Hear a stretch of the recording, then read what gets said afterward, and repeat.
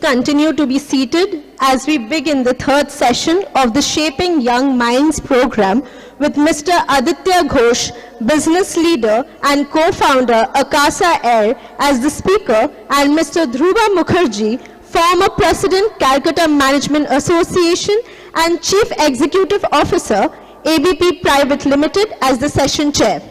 Before we request our dignitaries to be seated on the dais, I would request the student panelists to please be seated on their respective seats. Thank you. Now it's my proud privilege to invite on stage Mr. Aditya Ghosh and Mr. Dhruva Mukherjee.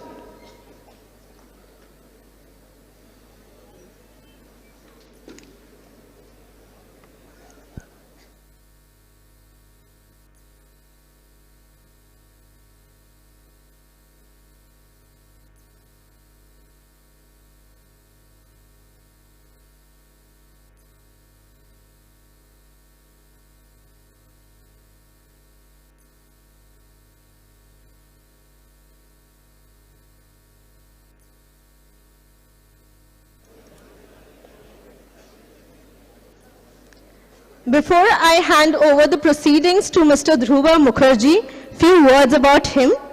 Mr. Dhruva Mukherjee joined ABP in 1997 as the management trainee and currently is the CEO of the organization. Mr. Mukherjee is an MBA from IISWBM.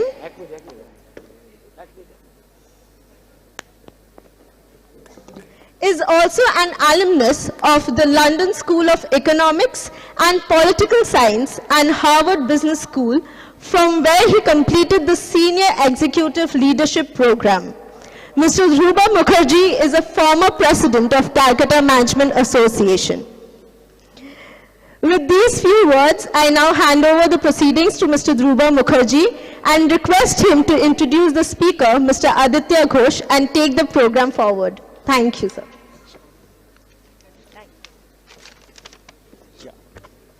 So, good afternoon. Yeah, good afternoon now to all of you, and very, very warm welcome once again to this third session of the day, which I'm sure will be equally interesting as the first two sessions. And I just had an opportunity to listen to the last session and was catching the other one on YouTube while I was traveling. I think both the sessions have set the context for the day, and I think I'll take from what Mr. Shivakumar ended with by saying that, in case of your generation, it's all about riding the wave, and there are a lot of waves which are coming our way. I think in this session, what we will explore is the story of an individual who has actually rode a lot of waves in his career and have always, hit the shore very successfully. And we will hear more from him, so I will not waste too much time and go straight into the session and quickly introduce him and then call him on stage. So you all know it's all about Aditya Ghosh, and he's a business leader and a co-founder of Akasa Air. He's currently a member of the board of directors at Fab India, Oyo Hotels and Homes, Green Cell Mobility, TWIT Foundation, and Ashoka University. Aditya Ghosh is also an independent director at RAK International Airport in UAE.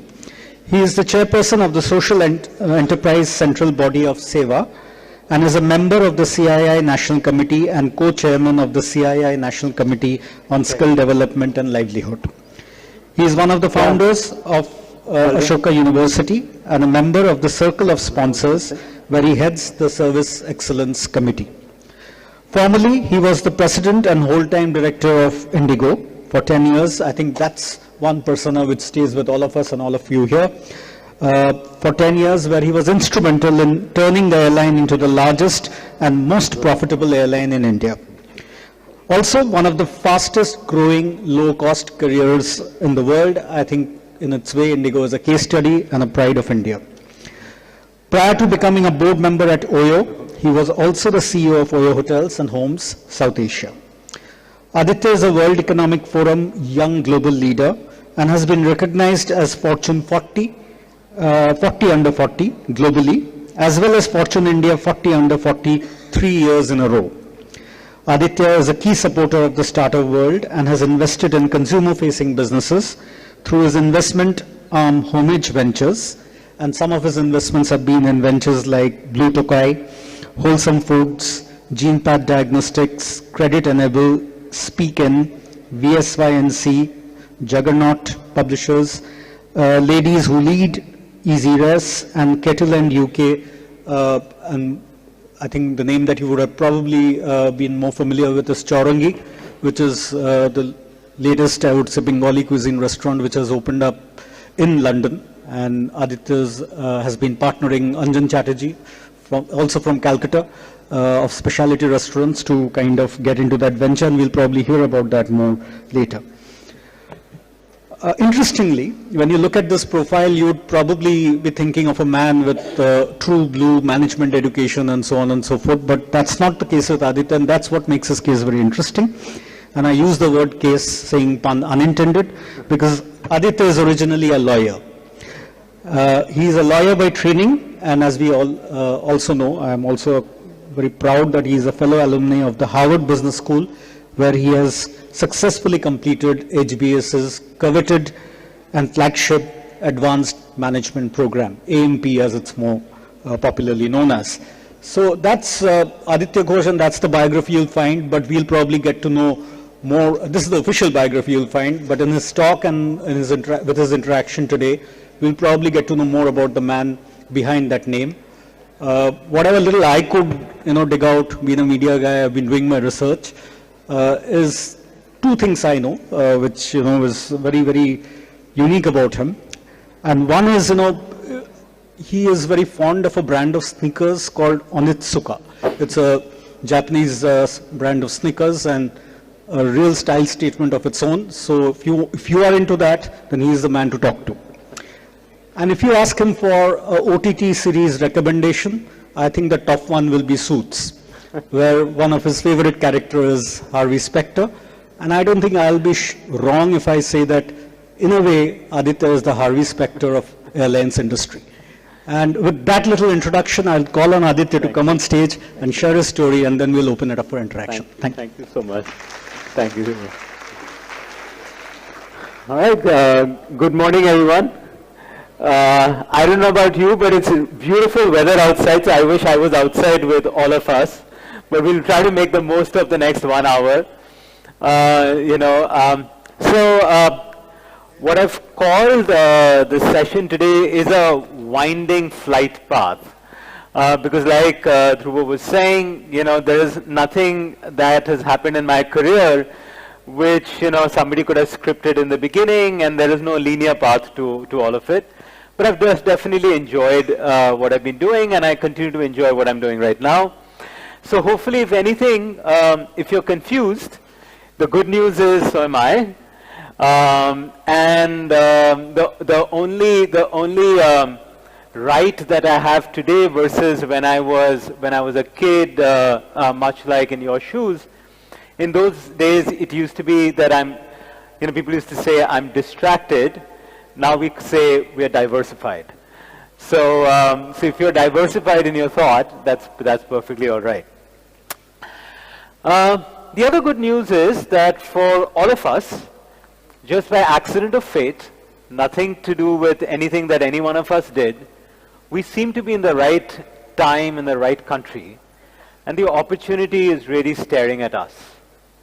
There are very few countries in the world where you can look at the next 25 years of your life and almost be certain that just because you were born in this country at this time, you're going to participate in one of the greatest stories in an economy that is ascending at the pace that we are. Whether it will be a $5 trillion economy or a $3 trillion economy or a $7 trillion economy is up to us. But one thing we know is that it's not going to be descending, it's an ascending path, flight path ahead of us. And that's the kind of opportunity that came to you without you doing anything.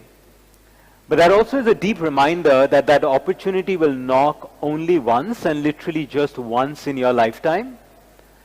And not all of us will be able to take advantage of that, but those who do and lock their eyes towards their goal, your tide will rise along with it. like Dhruva was saying, mine is not a usual flight path. Yes, I have spent the last couple of decades working and leading and creating new businesses, but I never went to business school.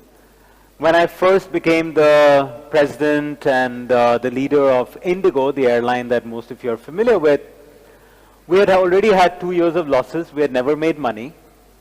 This was 2008, so the 2008-9 global financial crisis was unfolding around. We had $9 million of cash left in our books, and fuel was at an all-time high at $146 a barrel. Not just that, I had never run a company before. I'd never been to business school before.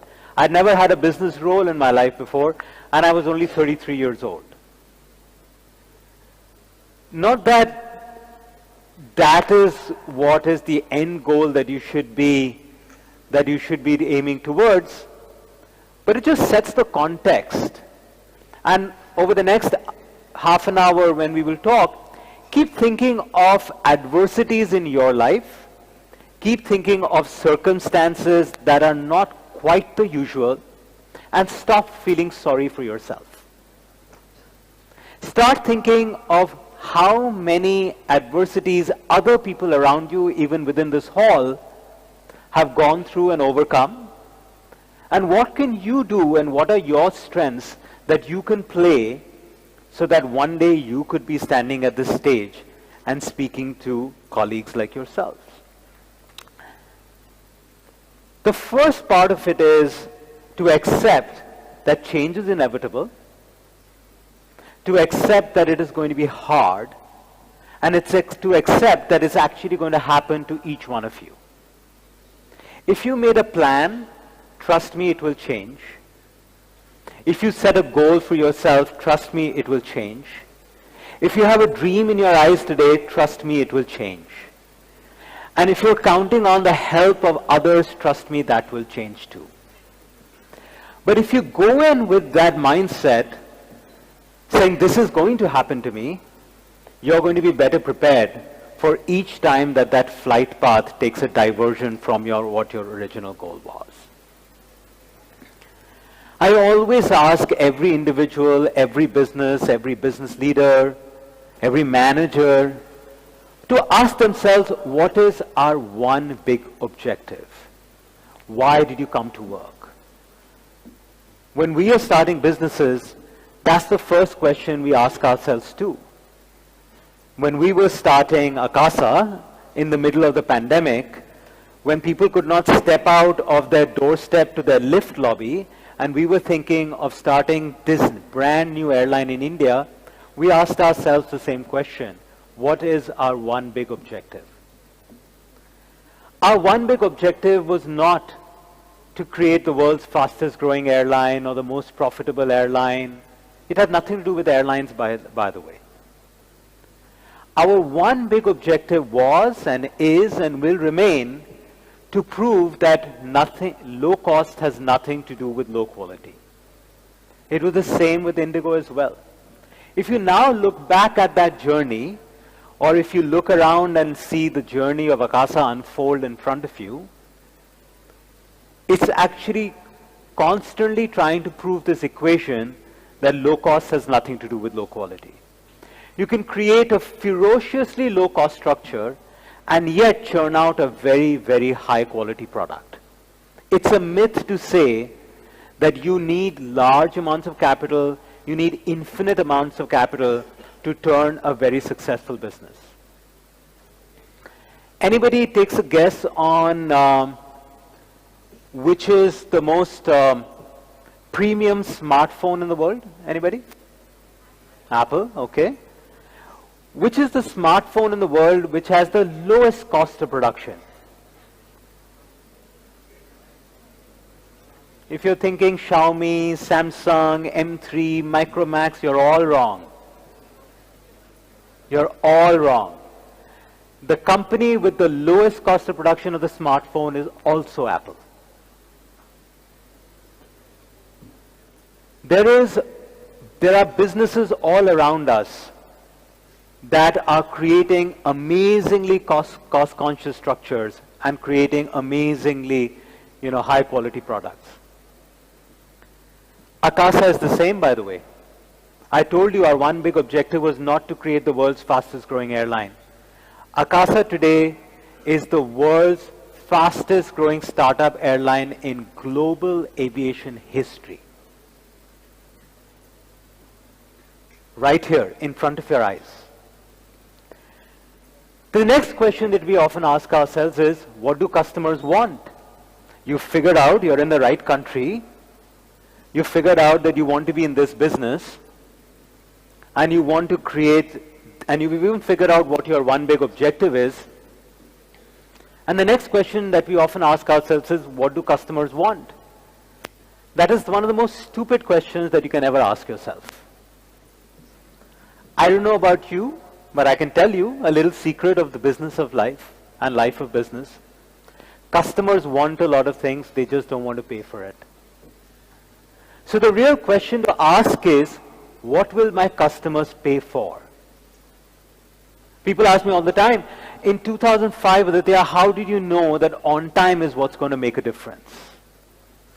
In 2020, when the world was shut down, how did you know that an airline business will become the fastest growing in the world? Because I knew, and we knew, and we focused on what the customer is going to pay for. And that's the difference between wants and needs. Now, and once you've figured out what are the needs of the customer, you're going to try out different things. You're going to try out different things even as you build your career. But please remember, that is not important never to fail. Because failure will be a constant companion.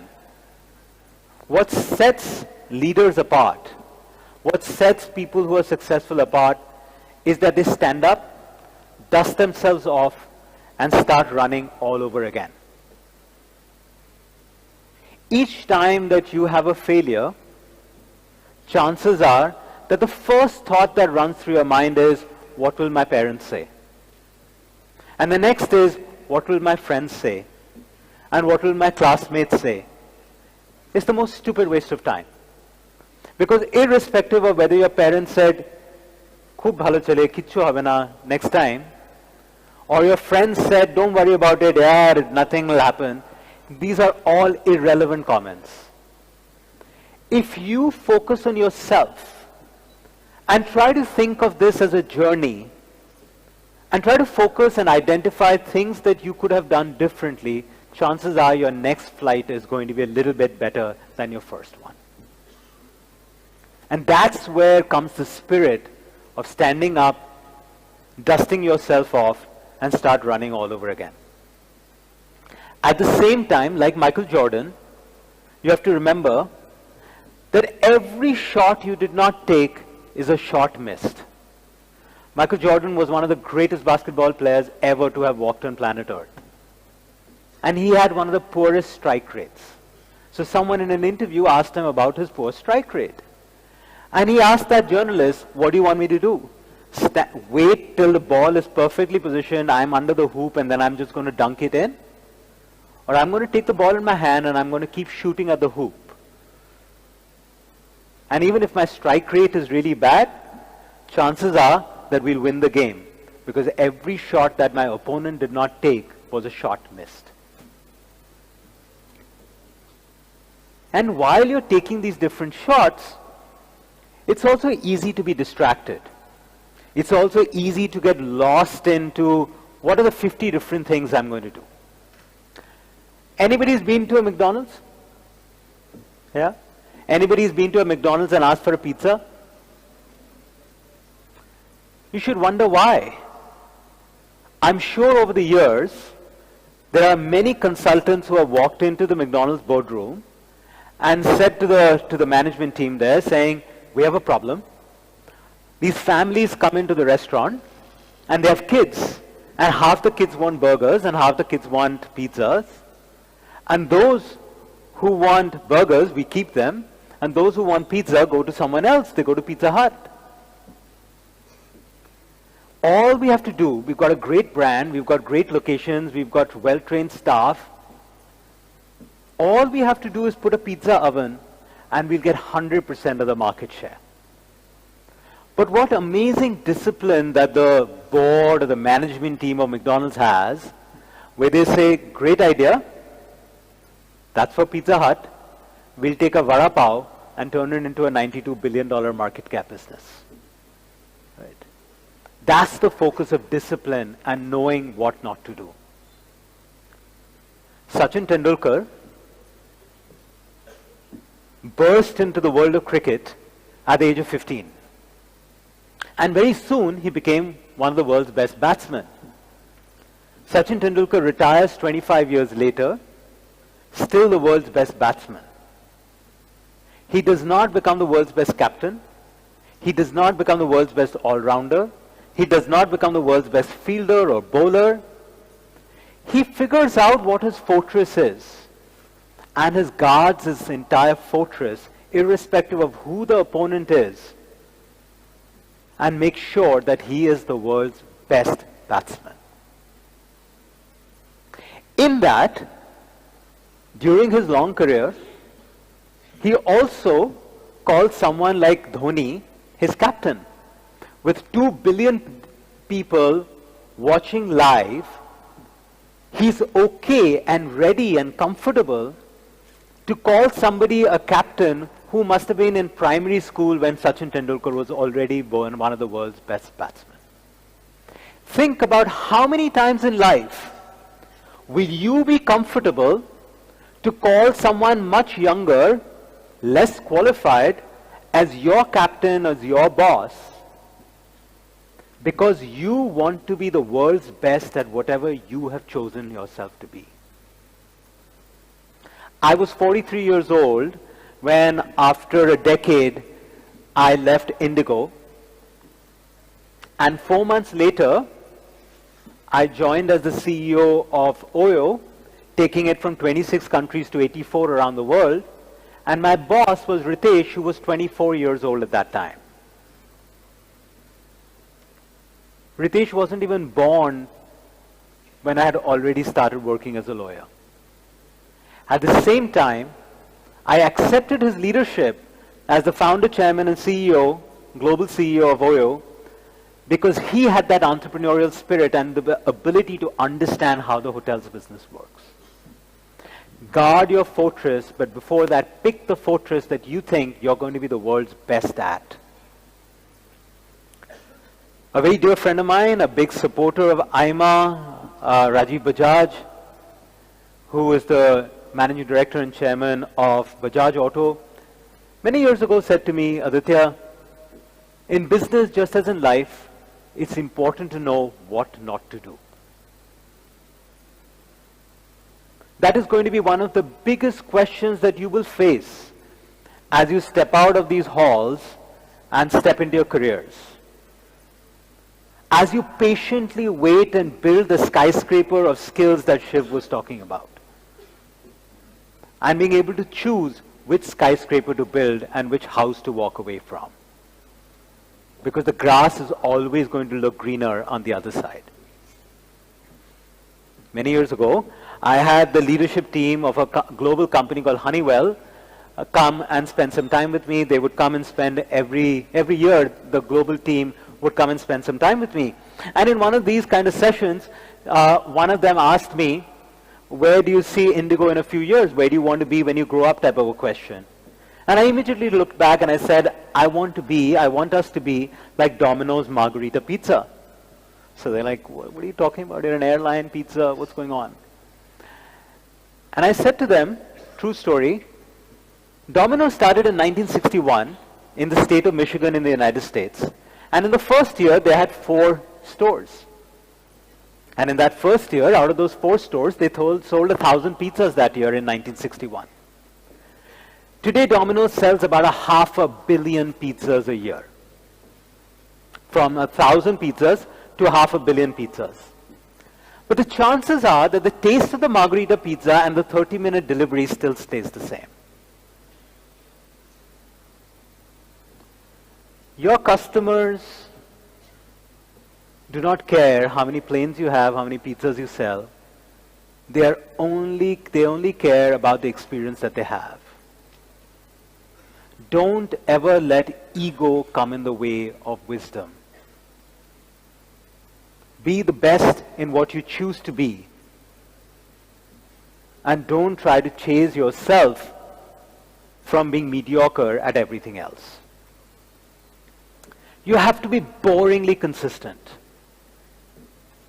And it is a very difficult thing to do. The human brain is such, we are wired as such, that we always get attracted to the next new thing that walked in through the room. You have to begin to enjoy that ability to consistently deliver on what you're promising. You have to be actually passionate about doing the same thing over and over again till the time you just can't get it wrong. Practice not till you get it right. Practice till you just can't get it wrong.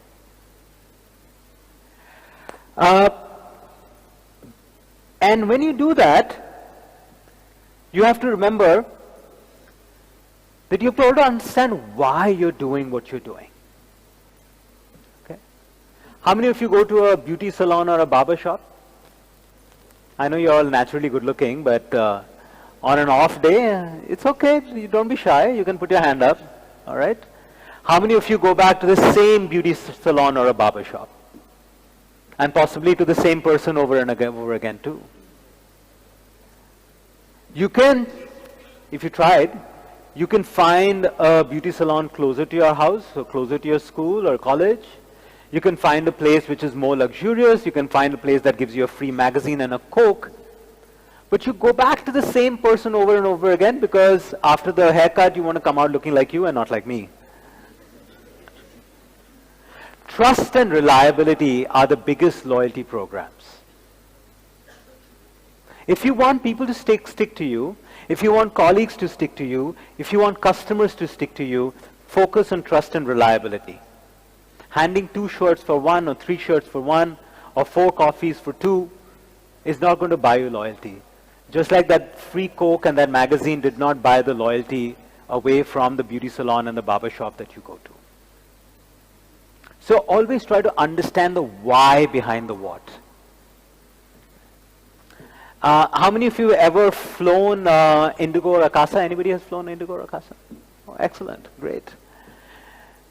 Have you ever noticed how they always make the coffee and then give it to you? They don't give it to you. Why do you think so? It's not that they doubt your intelligence in being able to, pour water into a cup and stir it. They don't do it because the chances of splattering from that coffee mug, dropping on that tray table getting shut, and there not being enough time to clean each tray table on a 23-minute turn is too much of a risk, so they'd rather do it and give it to you. There is a reason why everything happens the way it does. And unless you understand the why behind the what, you will be just like turning spanners in this movie called Modern Times of Charlie Chaplin. If you haven't seen it, please go watch it. And if you know the why behind the what, you will not just be that mechanical spanner monkey. Like I said, you've got to practice not till you just get it right. You've got to practice till you just can't get it wrong. Try to aim to be the world's best. If you're not the world's best, many people ask us this question. I'm sure Shiv gets asked this question a lot too, and I get it too. When is the right time to move from one career to another? The answer is very simple. When you have a fighting chance that you are already the world's best. If you aren't, then you still got some time to go. Consistency is the bedrock of building great brands. Many of you raised your hand when I asked how many have been to McDonald's. What's your name? Akansha. Okay, and what's yours? Anirban. Okay, so let's say Akansha and Anirban have decided to go get a meal, and Anirban does not want to, Akansha doesn't want to spend too much money. Anirban does not quite know whether he wants to spend too much time with Akansha. So how many of you think that two people can go to a McDonald's and they'll find a place which is well located, it's well lit, it's hygienic, and two people can two people get a burger and an ice cream each at a McDonald's for under 200 rupees?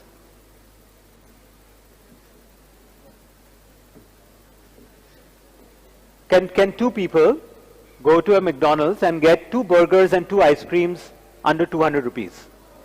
No? Okay, under 400 rupees? Yeah, okay. How much is the price of a McDonald's burger? How much is the price of McDonald's ice cream?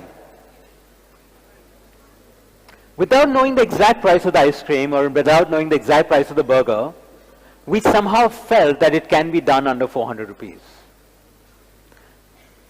Because they're doing it over and over and over again. And that consistency gets under your skin, where they make you begin to feel that it is possible. That is the power of consistency. And if you're looking for inspiration, inspiration is all around us. We just have need the eyes to observe, not just see, and the ears to listen, not just hear. People ask me all the time, who are some of the people who inspired you? Like, when you talk about work ethic, and if we've got to go and start my career, and I want to grow in my career, who are the people I should look up to? Which books should I read? And here is a great example of work ethic. Every office, every institution I've ever been to has this security guard with his shoes polished, with his clothes ironed, and he'll show up at work every day on time and smile and greet you and put his or her life on the line every day. And unlike any one of us who works a little harder when someone is watching, or there's a promotion coming up, or you're going to get a prize for it, this person puts their life on the line without any big increment coming up, without anyone watching, and most of you will not even know their name. If you are looking for an example of work ethic and to model yourself after someone, model yourself after that security guard, where you will show up to work, shoes polished, clothes ironed, on time, and put your very best and put your life on the line without even the expectation of someone knowing your name. That is true inspiration, not people like Shiv or me. We get a lot of recognition, that's why we work hard. That person is the true example that you must follow. And I bet you have met many guards, but you never thought of this. You did not have the eyes to observe and you did not have the ears to listen. You were still waiting for the books to show up on Bill Gates' reading list because you thought that's what is inspiration.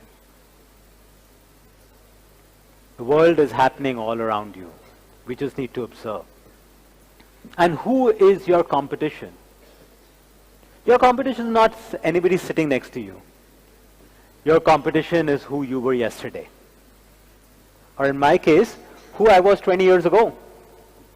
That was me in 2004, and that was me last year. You have to compete against yourself.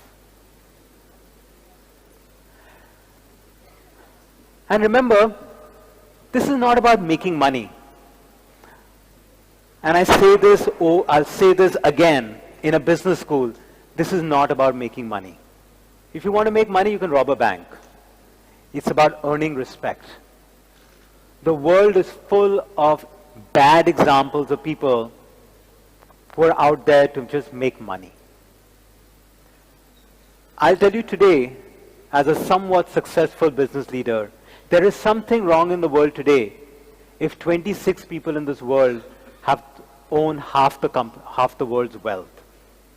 And if those 26 people are your goals or your inspirational idols only because they're wealthy, there is something wrong with you.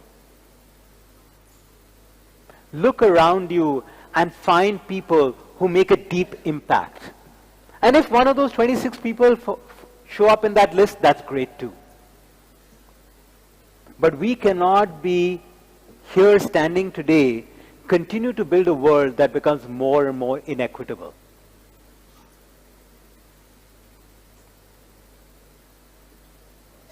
Rakesh Jhunjhunwala, who passed away almost exactly a couple of years ago, last year, and I was in Kolkata actually the day he passed away. And in one of those, private moments with me, he asked me, Aditya, do you know who's a wealthy man? And if you've ever heard of Rakesh Jhunjhunwala, he never used to wait for you to answer his question. I knew that he's going to answer his own question. So within about a couple of seconds, he looks back at me and says, a wealthy man is someone who has more than he thinks he needs. Such a powerful statement. You may have 5,000 crores, and if your goal was 15,000, you'll feel poor. You may have 90,000 rupees in your bank, and you think you need only 50,000, and you think you're wealthy. So one way to become wealthy is the old tired way of trying to accumulate more. The other way to become wealthy is to cut down your needs. And bringing profit and purpose together is what is going to help you create great institutions that outlast a period of time. Fab India, a company that I've been on the board of, 60 years old, one of the most profitable retail businesses, works every day with 65,000 artisans, and they refuse to sell factory-made products. There are no mills in Fab India. There are no factories in Fab India. Okay. Turning out a powerful, purpose-driven business is what you should be aiming for. Edwin Gay was the first dean of Harvard Business School. And he said, not me, that the purpose of Harvard Business School is to educate leaders who will make a decent profit decently. So when you go and aspire to be somebody, when you go and aspire to be a leader that people will follow, let it not be about making money. Let it be about creating wealth decently so that you make a deep impact on others. I often get asked this question, what is success? To me, success is not how many watches you have or how many homes you own or how many cars you drive or purses you bought or shoes you have in your cupboard or aviator sunglasses that you bought. Success is if 20 years from now, you are in a hall full of people and there are these youngsters who look at you and say, I want to be like her. That ability to create an impact on people's lives is what is success. But in this long 20-year journey, you'll have to make a lot of right choices. You'll make a few bad choices, but hopefully you'll make more right choices than bad. And that ability to create an impact on people's lives is what is true success. That's how people will remember you. So be young and enthusiastic. Don't be young and impatient. I was talking to one of your colleagues who was with me in the car. And I said, remember, even some of the most fancy CEOs that you idolize, they spend entire careers in one company. They are continuing to patiently build that skyscraper of skills that Shiv was talking about. Life is a marathon, not a sprint. Which basically means that if anybody, one of you has done long distance running, it's a lot of pacing, it's a lot of patience, just putting one foot after another.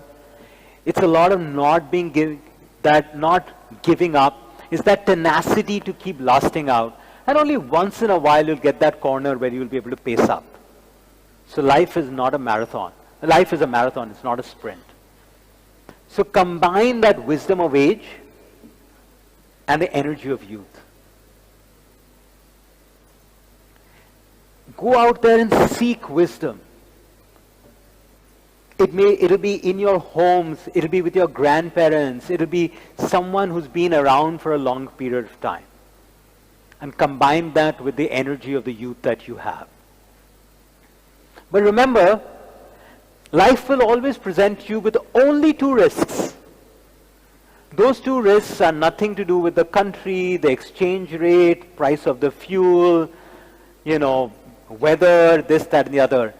Leaders, individuals, especially those who are successful, businesses, they only face two risks.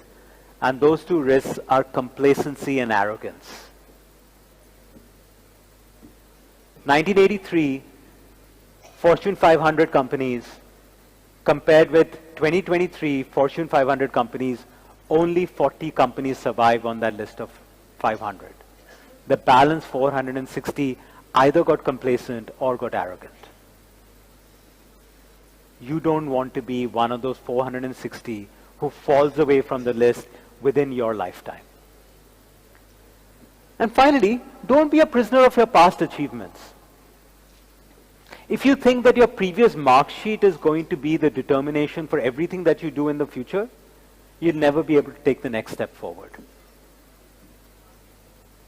Your past achievements, if anything, just help you with a little bit to build on.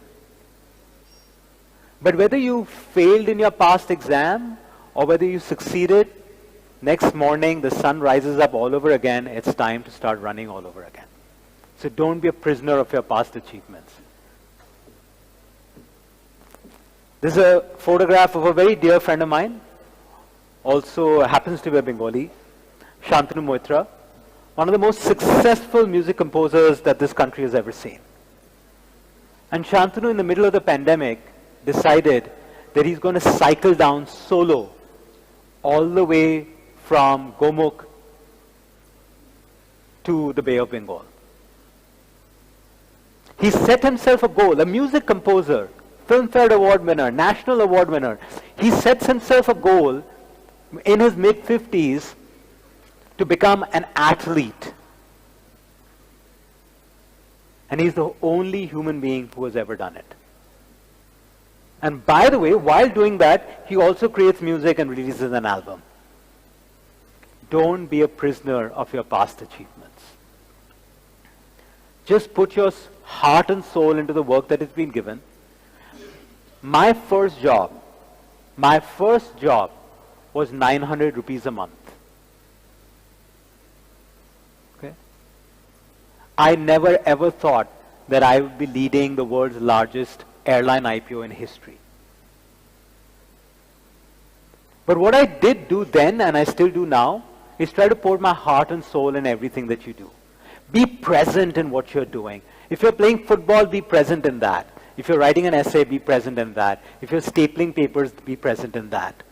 Let nobody else be able to staple that sheaf of papers better than you. That is the pursuit of excellence. That is the pursuit of excellence. And your role, our role, is much above and beyond your job description. Many of you will soon start working and you will have a job description. If you become a prisoner of that job description, you will be just another human being who's doing their job. Think of leaders who have inspired you over a period of time. Whether it's your parents, whether it be an elder brother, maybe a maths teacher, English teacher, football coach.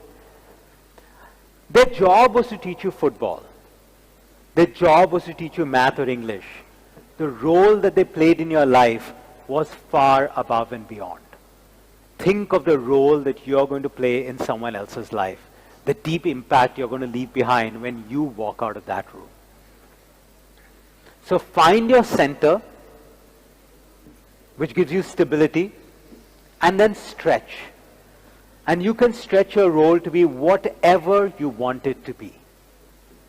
Approach it with an honesty of purpose. Remember, there's a difference between best of efforts and best of your ability. Best of effort changes every day. You wake up in the morning tired, you wake up in the morning energetic, you'll run the 100 meters at different distances, at different speeds. The best of your abilities remains constant in your life.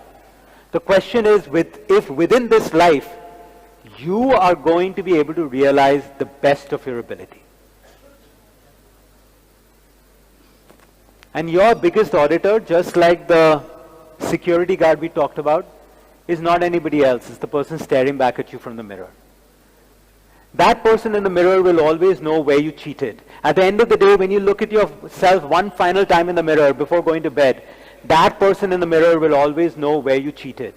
Not cheated anybody else, but cheated yourself from that opportunity of being the very best that you can be at everything you do every day. And each one of us has the power to make a change. When the most important customers of Akasa walk into Akasa, they don't know who Aditya Ghosh is, who Vinay Dubey is, who Rakesh Junjunwala is. The senior most person that they'll ever meet is a lead flight attendant or a pilot saying goodbye. Those thousands of people walking in the trenches believe that Akasa is theirs when no one is watching.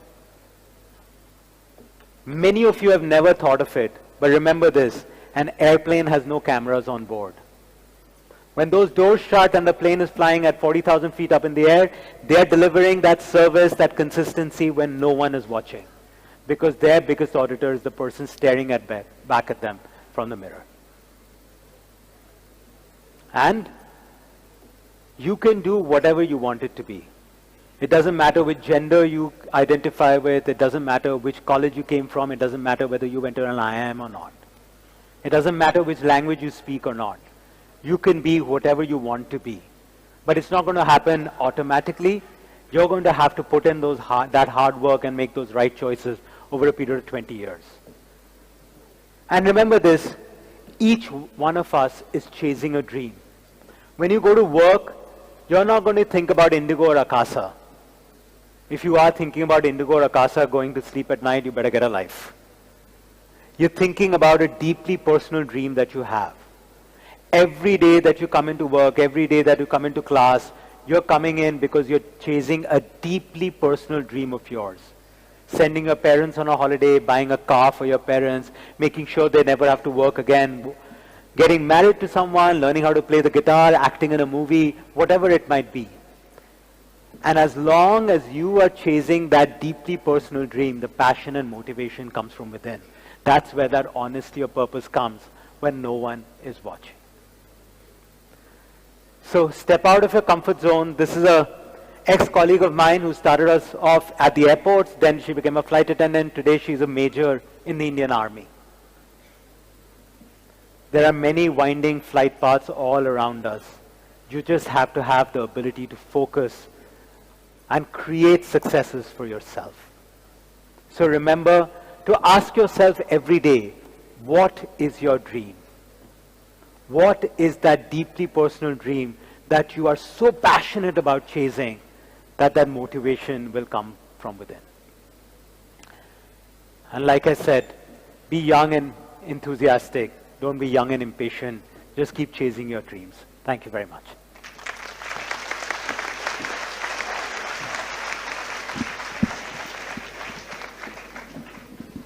Great. Hello, hello. Yeah, check. Thank you so much, Aditya. I mean, I think, even the word inspiring is an understatement. We were riveted by the story that you narrated and the way you kind of put together your life incidences with lessons. I think it can actually be a book and not just a session. Thank you, my friend. Thank you so much. We're a little short on time. This session is supposed to finish at 1:20, so I'll just take maybe 5 to 10 minutes and eat into your lunch time a bit. It's okay. You can have a quick lunch, but I will not rob you the opportunity of asking questions to Aditya. You don't get this opportunity every day. So I'll just start off with one, then go to my panelist, and meanwhile take a few questions from you. So Aditya, I just pick up from where you finished, and I would like to ask you that you've been through so many experiences, you've done so many things. If today I ask you, figuratively speaking, to say what keeps Aditya Ghosh awake at night, what is it, that one thing which you still want to really pursue with that passion in you, or passionately pursue, as you said? Well, literally, I've got two young dogs, so they keep me awake at night because they sleep with me. But I think what keeps me going is knowing that there is so much potential that is untapped. I started off by saying that the opportunity is staring at us, but that could also become our biggest curse in this country. Because if we get complacent or arrogant that without trying hard enough, something will just fall into my lap, I think we are going to rob ourselves from that true potential and that opportunity. When I was graduating out of college, the ability to get a job, the certainty to be able to get a job, was something that you had to work hard towards. Today, I think getting a job is a given. But for that India will grow is a given. But the true question really is that, like I said, what is our true ability as a country? What is our true ability as a group? What is our true ability as individuals? And within this lifetime, do we think we will be able to make that much of an impact and will be able to kind of, realize that true potential? I think that's what kind of, keeps me going and driving. Thank you so much. I think I'll start with the panelists and then come back to you later. So start with my left. It's not an ideology, but just that it's more convenient, and it's also a lady sitting here. Thank you, sir. Good afternoon, sir. I'm Shayantani Dotto from Future Institute of Engineering and Management. My question to you is, do you get time to spend, do you take out time to spend with your family and friends because you are engaged with a lot of businesses? How do you take out time to... Well, I think, Shanta, that we always end up making time for things that we think are important for us. And if you think that children are important, or if you think friends are important or parents are important, then just like you will schedule a meeting, you will try to create time for yourself. For me, weight training in the morning or taking the dogs out for a walk or making sure that I'm there to drop the children to the bus stop is very important to me. And so if that means a few less hours of sleep, that's the trade-off I make. And I like spending time with my friends, but going to a party has it doesn't give me anything. So therefore, that's a trade-off that we have to make. So whatever it be a passion, whether it's reading a book or going for a swim, or watching a movie or spending time with your parents or grandparents or children, I think whatever is that individual thing that you think is important, we begin to spend time for it. But again, it's not going to happen by accident. It is something that one has to nurture, I think. Hello, sir.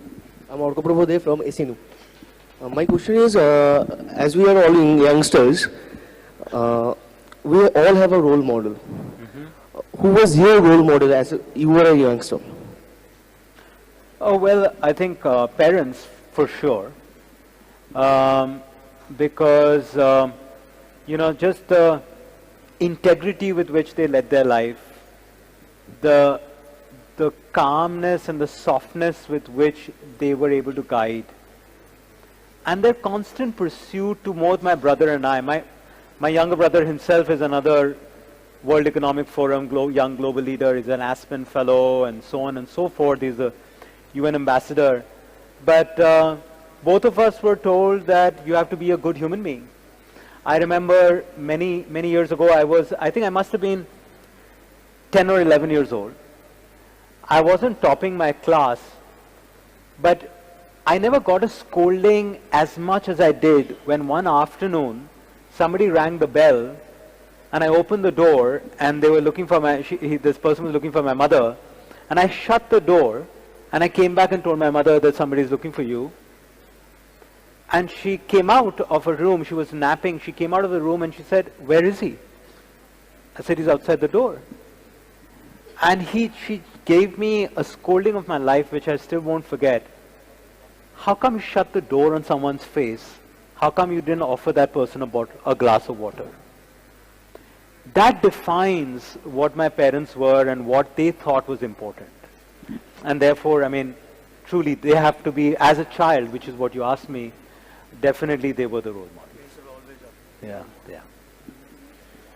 Very hearty good afternoon to one and all present and respected Mr. Speaker. It's a really honorable, I'm really honored to meet you, sir. Thank you. So the question is, you are a key supporter for startups, and sir, what is your take on the startups in our own country, India?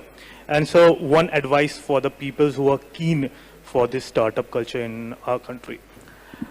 I travel the world a lot, and one thing which is very evident is, I haven't been to Israel, but when I go to the United States a lot, I go to Europe a lot, or Southeast Asia, I think the entrepreneurial spirit, the number of youngsters who want to do a startup of their own, is far more and far more evident and prevalent in India as opposed to many other parts of the world. So that is deeply encouraging, and that's very satisfying. At the same time, I'd also say, I'll give you asked me for one piece of advice, I'll give two pieces of advice. So the first piece of advice is, if you're thinking of being an entrepreneur or a startup person, finding the purpose is more important. Building a unicorn or chasing a valuation cannot be that purpose. That is an outcome. The second piece of advice is, we live in a country like India where if you're looking outside the window of your bus or your car, there are many hard problems to solve. Pick one of those hard problems to solve, and that will be a need of a consumer that you can chase. So if you're looking for the next 50 unicorn ideas, look out of the window and you'll see hard problems to solve. Whether it is roads, nutrition, water, quality of food, education, power, there are so many hard problems to solve. You would hate to be in a country where you're trying to do a startup where everything is already solved for. Finding a fundamental need that you can solve will be, I think, one of the biggest things that you can chase. Thank you so much, sir. My pleasure. It's on. Hello. Hi, sir. My name is Devraj Banerjee. I am from Sister Nivedita University, Newtown. Sir, first of all, it is a great pleasure to meet you upfront. Thank you. I am following you since my childhood. That's I like the aviation industry very much since my childhood only. Oh, so I have seen you in pictures and all that. I hope I look the same in reality. Yes. It is a great pleasure for me. So, sir, my question is that as you are a co-founder of Akasa here, so my question is that how did you co-founded Akasa here, and what are your plans for the future, and how can an individual start a airline? Like, what are the steps? Well, the original idea of Akasa came from my business partner, Vinay Dubey. Vinay called me. I remember it was in the middle of the pandemic that we were completely in lockdown.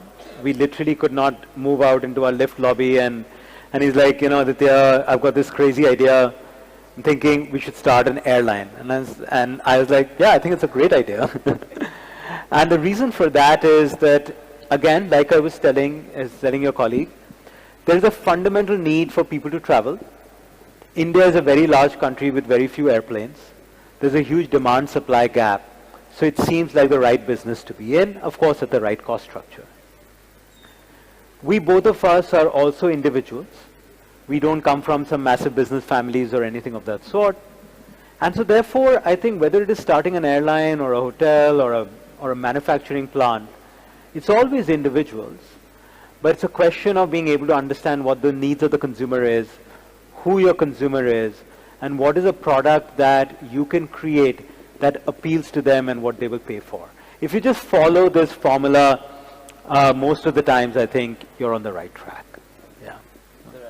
How can an individual Just limit to one. Thank you. Good afternoon, Thank you, sir. Hi, My thank name you. is- Most welcome. My name is Shubhradip Sharkar and I am from Heritage Business School. Sir, you are a trained lawyer and an alumni of Harvard Business School. Did pursuing law help you in management decisions? Yes, yes, it did. Well, for two reasons. One, right up front, I started working when I was 21 years old. So very early on in my career, having worked with one of the best corporate lawyers in the country, if anything, it helped me expose myself to senior business leaders, how they think, and just how they conduct themselves, you know, how humble they actually are, and so on and so forth. So being able to copy that was huge strength. But the pursuit of, or the study of law also teaches you to be able to go through masses of information and try to get to that one point that's going to help you in tomorrow's hearing. So being able to train the mind to declutter the noise and get to the news, I think that helped me a lot as a lawyer. Yeah. Thank you, sir. My pleasure. Heartfelt greetings to you, sir. Akanksha Chaudhary this side from Xavier's Business Yes, School. you're going to go to McDonald's, yeah? Sir, before putting up my question, I would just like to mention that you have a very charismatic personality, Thank sir. you very much. Thank you. Sir, you being the former president and director of Indigo, sir, are there any takeaways that you have which helped you in formulating the Akasa here, sir? Oh, absolutely. I think I think of Indigo as my first child.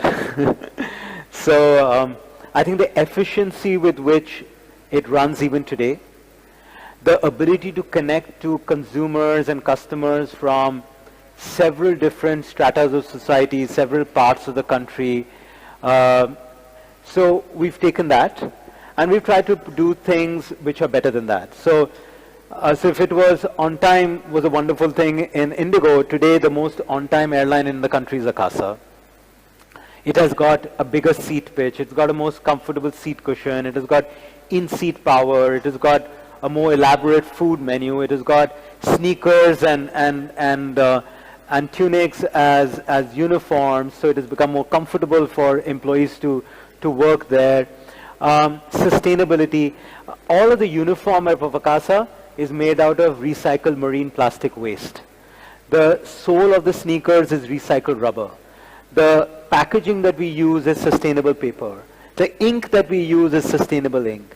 So it's taking something that's truly we have a lot of respect for, which is Indigo, and then trying to pick a few things that we think we can do better for. My pleasure. Thank you. Thank you, sir. I can hear you. Just bring it closer, it's fine. Good afternoon, sir. I am Ishita Banerjee from NCCM Knowledge Campus, Kolkata, sir. First of all, thank you so much for this wonderful session that you gave us. I was like feeling as if you were giving a masterclass on inspiration and motivation. Well, no pressure. I mean, I am Kolkata, so, you know, might as well. Thank you so much, sir, for that. And, sir, also I was going through your biography before this, sir. And I've seen that you've been a part of a lot of industries and you're venturing into a lot of business organizations, sir. So what are your next plans, sir? Which industries are you trying to get into next, or what are your future plans, sir? Well, looks like aviation is going to take a lot of my time and effort right now. At Akasa, we are looking at our international operations later this year. We are looking at placing another large order of at least 100 airplanes. So that's really on my mind and on our slate. There are a few other aviation-related things that I'm involved in, that I'm working on, which we'll announce soon. So it looks like green mobility and aviation is going to take a lot of my time. Thank you, sir. Thank you, sir. My pleasure. Good afternoon, sir. I am Sagar Dey from Future Institute of Engineering Management. First of all, sir, thank you for being here with us and sharing these beautiful stories with us. Sir, my question is to you, sir, what strategies did you apply in your aviation industry to establish your brand during these COVID times? Well, the strategy is quite simple, actually. Being able to focus on who your consumer is. When Indigo was starting in 2006 versus now, the big difference is 67% of our population is under the age of 35. So what that consumer segment needs, what they're looking for, is very different from 15, 18 years ago. So I think the strategy is going to be staying very customer oriented, making sure that we stay relevant in the life of the consumer, and that's how the business is going to evolve. Thank you, sir. Thank you. Thank you. My pleasure. Thank you. I think we're done with the panelists on stage. I am told there's no question from time for questions. Well, I think there's a lady over there in before black. getting up, Aditya, I have promised one lady out. I think there's two ladies. I think so there's maybe one there are there. two of them. Last two questions. Okay. So one from there. Yeah. We'll go there and then we'll Yes, come to you. Yeah. one in the yellow jacket. Yes, ma'am. You can just stand up there and then we go there. Yeah.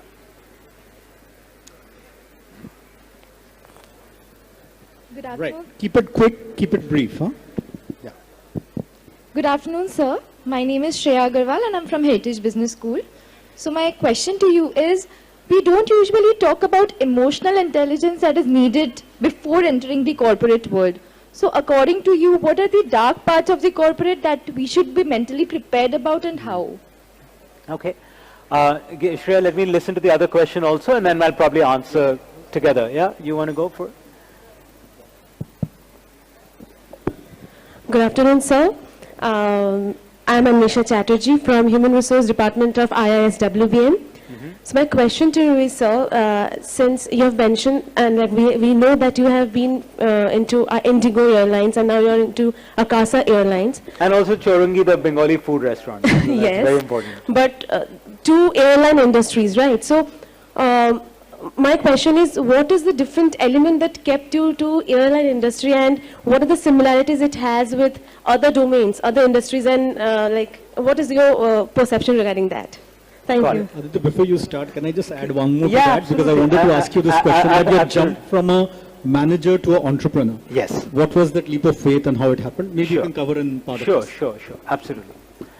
Well, let me first, Nimisha, right? Anvesha Chatterjee. Alvesha, let me start with yours. Well, what made me come back to the airline business is knowing that, like I said, we have very few airplanes in this country, and this sector requires a lot more capacity. In 2005, when we ordered the first 100 airplanes at Indigo, we were a country of 1.1 billion people, and there were 110 commercial airplanes in the country. At that time, Southwest Airlines, one airline in the United States, had more than 750 airplanes. Today in 2023, we are 1.4 billion people, but we have only 500 commercial airplanes in the country, and Southwest Airlines has now 1,000 airplanes. So the demand-supply gap continues to be. So whenever you're looking into a business, if there is a demand-supply gap and there is a need that is not met, then that's what you go after. Now to come to Dhruva's question, thank you, most welcome. I think moving from being a manager to an entrepreneur is easy if you come in with an entrepreneurial mindset as opposed to the designation.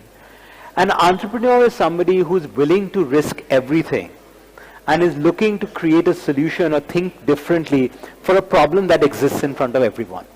And I think that ability to bring in and throw and come in, as they say, all in and throw yourself at risk is what I think helped me move. And finally, to Shreya's question, look, this is probably the most important question you asked me, and the answer to that is, irrespective of which stage of life or career you're in, try to be as authentic as possible. I think you heard that from Shiv as well. You know, going into a coffee business and saying, I know nothing, and being able to be that authentic, and hopefully what I've been talking about straight from the heart in the last 1.5 hours is the same. Being authentic and being in touch with those emotions is more important than pretending to be something that you're not. So, well, wish you all the best. Thank you. Thank you so much. I'm really sorry I'm unable to take any further questions today, but thank you very much. Yeah, the applause is much well deserved. You may have got a little less time to eat your food, but you got a lot of food for thought here. I think there's lots to sum up, so I won't do that. I'll just leave with the line that stays with me and which kind of I relate to when he comes in terms of saying authentic leadership and purpose-driven leadership. I think in Harvard they taught us, to say discover your true north and keep, chasing that. I think we leave that thought with you. And today, through his life story, we have heard the various route changes that he has made, and yet had a nice ascent and has a nice descent also into the ground. So I leave with a quote from Vivian Green, the author and also wife of Graham Greene, if you've heard of it. And it's a quote I recently came through, but it's really sticking with me. And she said at one point of time that life is not about hunkering down and letting the storm pass. Life is all about learning to dance in the rain. And I think somewhere Aditya's life story today will inspire us to go out and learn how to dance in the rain. Thank you so much, Aditya. Thank you all. Have a great day. Thank you for sharing your thoughts with us, sir. Now may I request Mr. Dhruba Mukherjee to present a memento to Mr. Aditya Ghosh.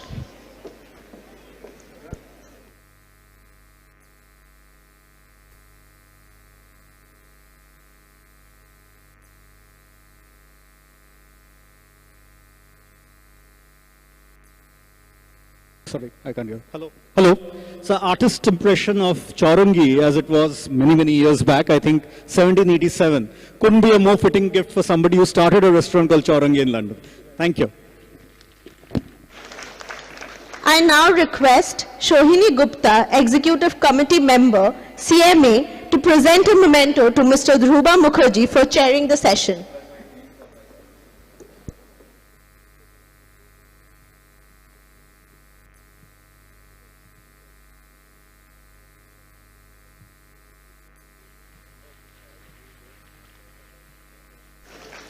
Thank you, ma'am. Thank you, sir. With this, we come to the end of the third session. We now break for lunch. Request all to please be back by 2:15 sharp as we start the session. So, thank you.